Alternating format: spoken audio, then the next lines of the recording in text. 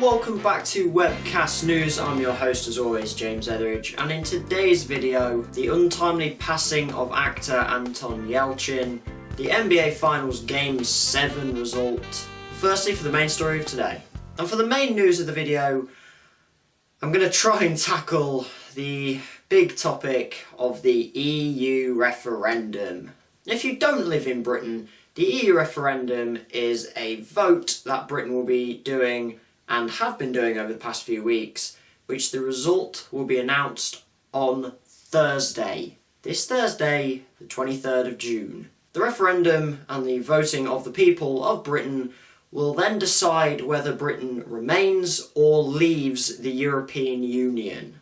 The thing that I've found throughout the whole of this, me living in Britain, the whole accent thing, is that the government have put all their eggs into one basket. A lot of the Conservatives, which is the current group in power, are backing the Remain campaign.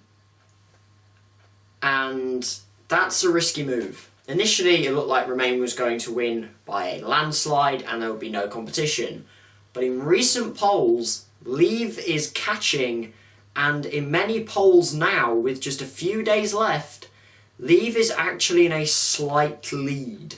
But it looks like at the moment it's going to come down to the people who are undecided or don't really care. Which is exactly how you want the biggest decision for your country to be made. By the people who don't know and don't care. That sounds really safe. My big question, and throughout the whole topic of talking about this, I'm going to try and keep as much of my opinion out of this as I possibly can, because I don't want to be putting my opinion out there really. But what I will recommend is a video done by John Oliver on his Last Week Tonight show, in which he spoke about Brexit, which is the now apparent term for Britain's exit of the EU, or possible exit, should I say. John Oliver's take is a very insightful look into it, and also a pretty light-hearted, amusing take on it, but it does have a lot of serious notes in there.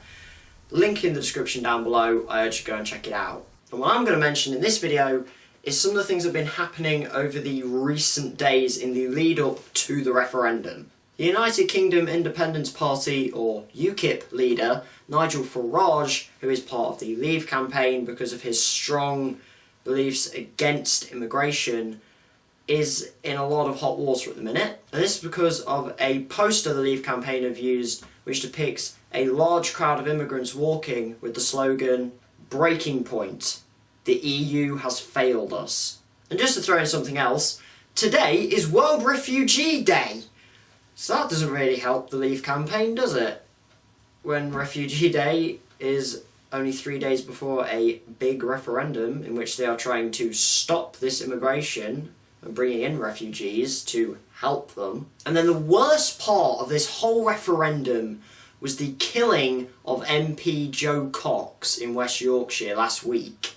She had been at a constituency meeting, she then left that, and as she left she was attacked. The man that attacked her was 52-year-old Thomas Mayer, who shot and stabbed Jo Cox, who later died of her injuries in hospital. And then Mr. Mayer in court a couple of days ago told the courtroom that his name was Death to Traitors, Freedom for Britain. And this is a big hit against the Leave campaign, because a Remain campaigner was killed by a civilian who believed in the Leave campaign, but obviously has huge mental issues. But it's up to the people of Britain whether this incident changes their views or gives them a firmer opinion on the Remain campaign. However, there is a hero from this story as well, which is 77-year-old Bernard Kenny, who attempted to save Jo Cox from her attacker, but unfortunately was stabbed in the stomach in a struggle with the attacker.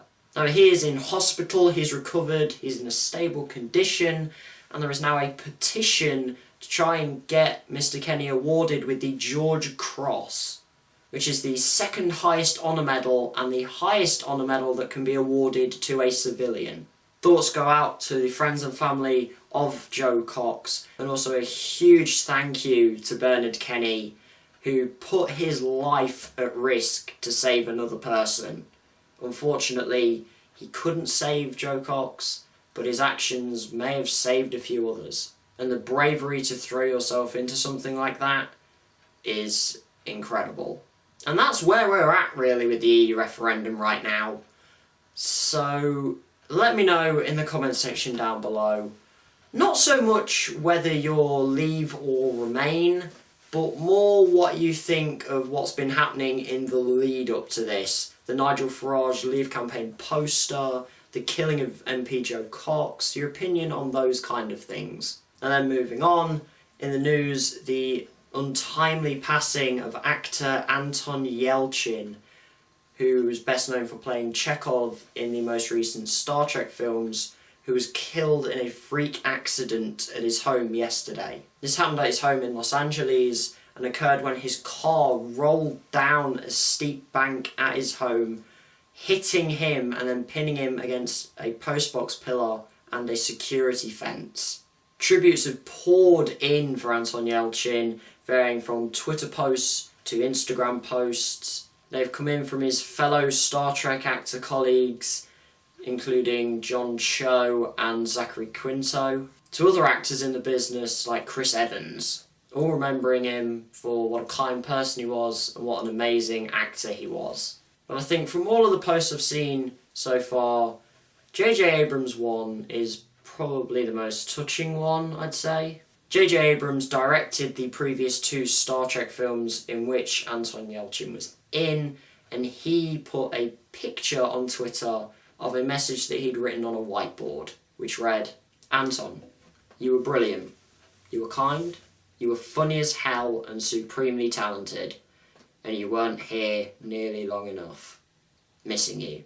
And thoughts go out to the friends and family of Anton Yelchin, who was only 27 years old. And then just to quickly end on a lighter note, we go to sports and the NBA Finals Game 7. It was played last night and the Cleveland Cavaliers completed a comeback from 3-1 down in their series against the Golden State Warriors to win Game 7 93-89 to win the series 4-3. That was a lot of numbers.